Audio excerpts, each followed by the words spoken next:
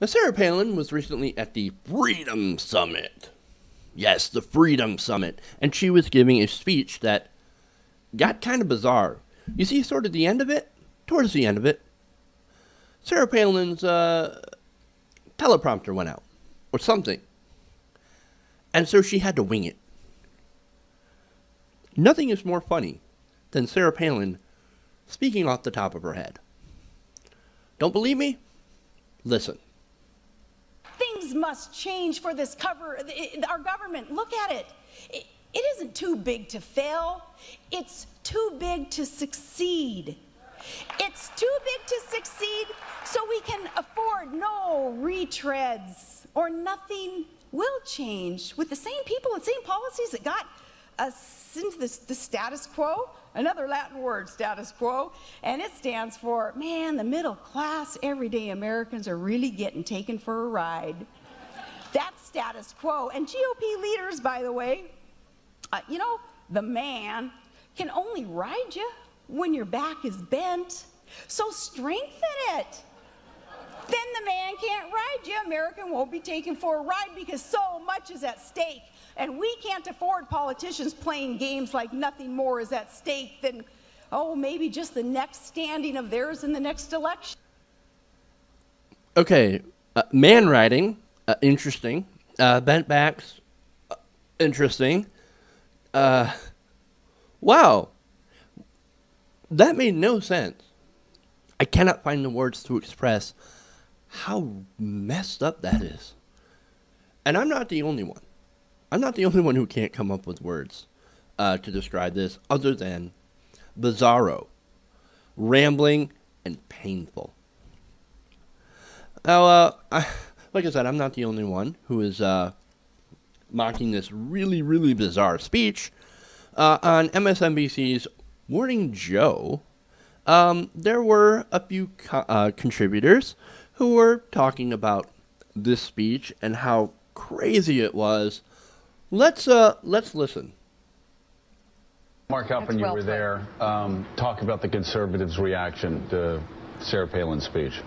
Confusion. I mean, it went really long, and she didn't seem to be in the arena. She didn't seem to be in the arena. Replace the word arena by reality. She didn't seem to be in reality. She didn't seem to make any sense. Now, why wasn't she making sense? Well, another contributor has an idea. Nicole, I would think you'd have more insight than anyone. What do you think when you're watching that? Well, it's interesting that Byron York came to that conclusion in 2008. He was one of her staunchest defenders. I remember being on the cell phone with him. He was one of the harshest critics of the campaign's handling of her. I think really thought that the problem with Palin was in our packaging of Palin, and to see him kind of come full circle. I mean, this is who she is, and this to me was evidence that she has finally shed every last one of those annoying handlers. Oh, she had annoying handlers. This is what happens when she doesn't have handlers, telling her not to sound like a crazy person. Because when you remove, this is what happens when you remove all checks on Sarah Palin and you see Sarah Palin as Sarah Palin.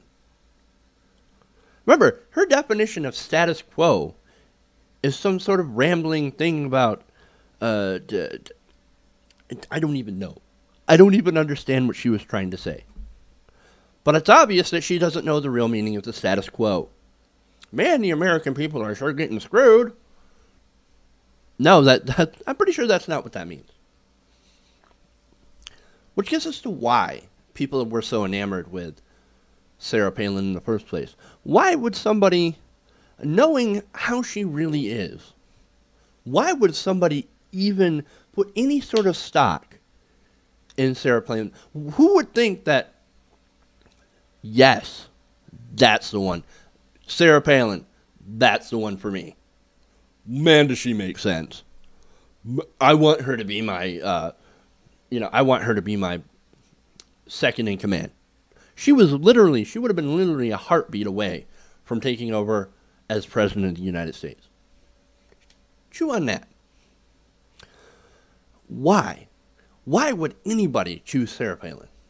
Well, they answer this one on Morning Joe as well. Listen. I think it's a tragedy, too. I say that because I remember, we all remember that night she spoke in 2008 at the convention.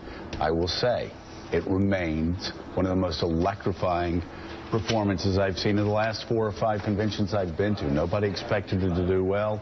She delivered the lines well. She hit it out of the park. And, you know, we will let history decide how she got from that point to this point. That's it, too. Did you hear that?